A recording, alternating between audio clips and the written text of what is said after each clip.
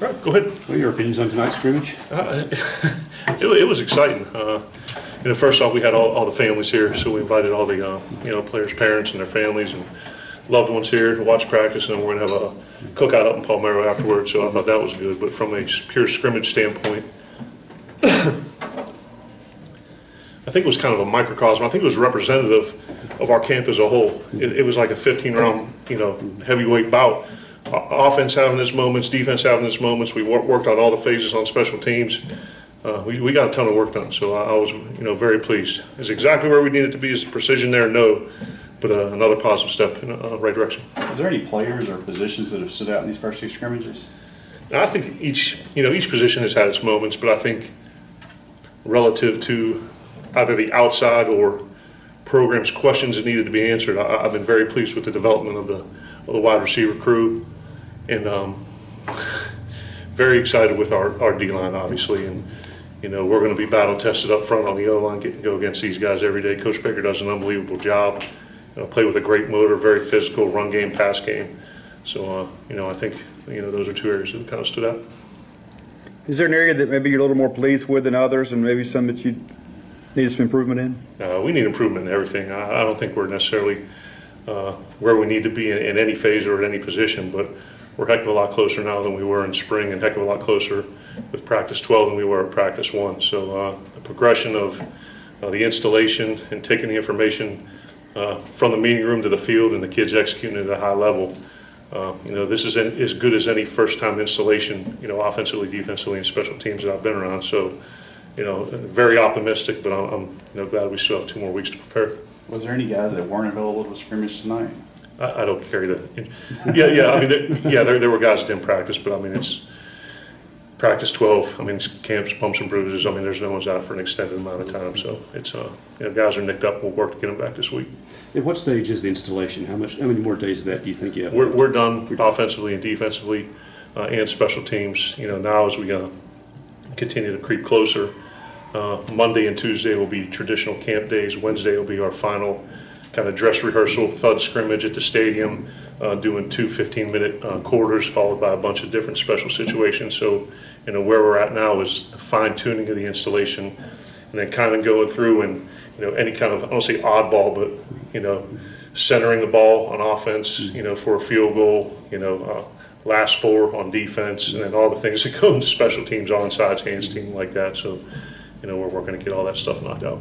At what point do you feel like you've set your depth chart for week 1 and kind of put guys on scout team and kind of begin the game plan for that ball game? Yeah, after Wednesday's scrimmage, we'll get together as a staff. We won't practice on Thursday and kind of make our determinations of who the initial 2 deep and travel roster are going to be, and then we'll start our first practice for Stephen F. Austin. It'll be on Friday, so we'll break into scout teams for Friday. That's sort of similar to the freshman who's going to redshirt, who's going to play in 4 games. Yeah. You're starting to get an idea of that. Yeah, I think we have a better grasp on it. I don't think it's necessarily set in stone, but there's guys that have stood out, and I think the luxury of it is you have a little bit of leeway to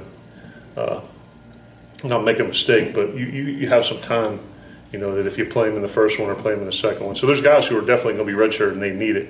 But like we talked about before, for true freshmen to get into a game, it's not just going to be handed to them. They're going to have to earn the right. So the 4 is the number, but they've got to earn the right to play in those 4.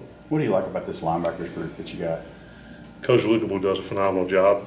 All-American at Colgate. Had a chance to actually coach against him one time when I was at Georgetown. They beat us last second play, but that's off the point.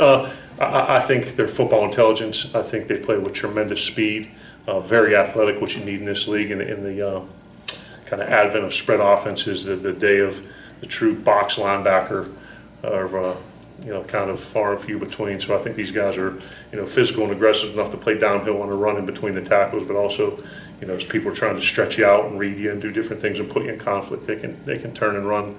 But I'm very pleased with our linebacker corps. Have Nick and Jerry done the leadership job you expected of them when they were named team captains back in spring? Well, very much so, to the extent that I think they're learning that leadership isn't kind of a blanket concept.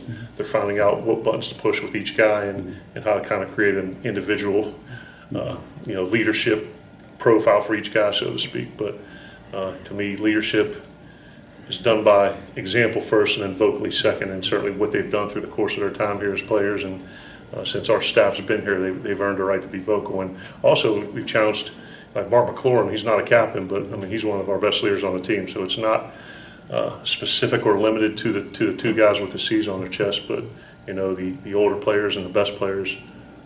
You know, we've seen a lot of good leadership out of them too. Jeffrey as well.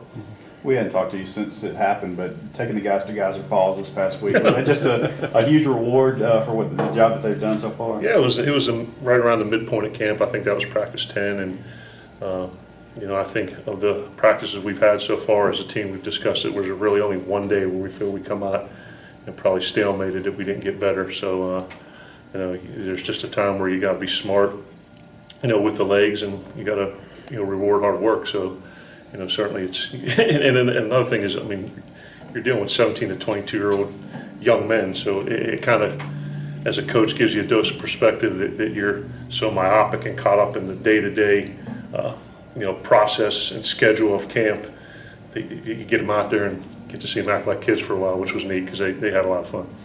How do you plan to handle the play calling on game day between you and Coach Getsy? How will that be handled and communicated? Yeah, I call the plays.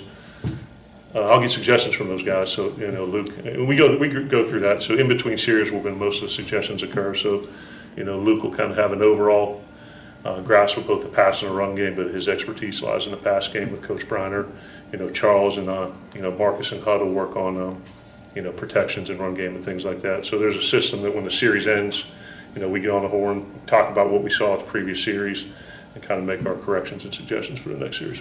What I don't like is a bunch of noise when I'm trying to call. It's almost impossible. So there's not going to be a bunch of different people talking when we're trying to get a play called. But they will have a significant amount of input. One thing fans always say, early in the season, defense is going to be ahead of the offense. As an offensive coach, do you believe that? I guess maybe to a certain extent, but I think, you know, like I mentioned earlier, the very good teams I've been around, it's been a great give and take throughout the course of camp. So certainly, you know, some people subscribe to that adage or thought process, but what I want to see is, you know, every drill, every period, every day, every week, you know, those guys going back and forth, and you know, we harp on, you know, explosive plays and turnover margin, and we chart those things and track them, and the kids are real competitive with that. So I don't necessarily think that's the case, because I think both sides of the ball and special teams are doing a good job.